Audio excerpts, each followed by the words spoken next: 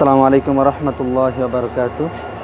সম্মানিত দর্শক মণ্ডলী, আমাদের আজকে মাদ্রাসা বন্ধ হয়েছে। আমরা মাদ্রাসা থেকে ট্রেনে বটতলী যে স্টেশন আছে, চট্টগ্রাম সবচেয়ে বড় স্টেশন, এই স্টেশনে আসছি।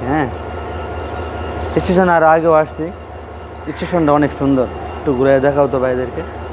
দেখেন কত বড় স্টেশন, কত পরিচ্ছন্ন, কত সুন্দর।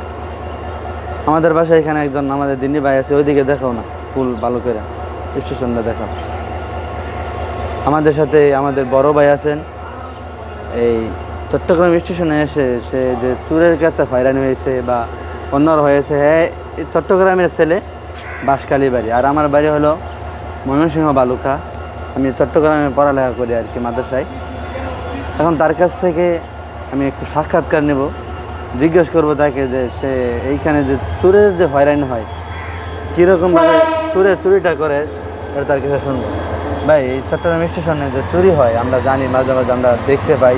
আমি নিজেও কি এর ভুক্তভোগী আর কি, যে চোর যেইভাবে চুরি করে আমি নিজেও দেখেছি। কারণ আপনি যে এখানে আপনার বাড়ি বাঁশখালী পাশে, আপনি প্রায় সবসময় এই স্টেশনে চলাফেরা বা বিভিন্ন স্টেশনে চলাফেরা, এই স্টেশন সম্পর্কে আমাদেরকে কিছু বলেন।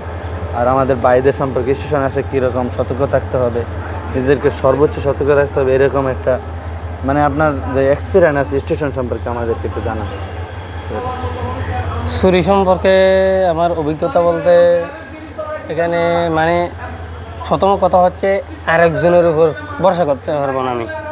মানে আমার যে চুরি করলে মানে বা কিছু জিনিস হারিয়ে গেলে বা আমার সামনেও নিয়ে গেলে আমাকে যে আরেকজন সাহায্য করবে, পাশের ভাই বা এখানে অনেক ভাই আছে যে আমাকে সাহায্য করবে, ওটা আমার কি ভরসা করতে পারবো না। এরকম সাহায্য পাওয়া যাবে না, সহজে পাওয়া যাবে না।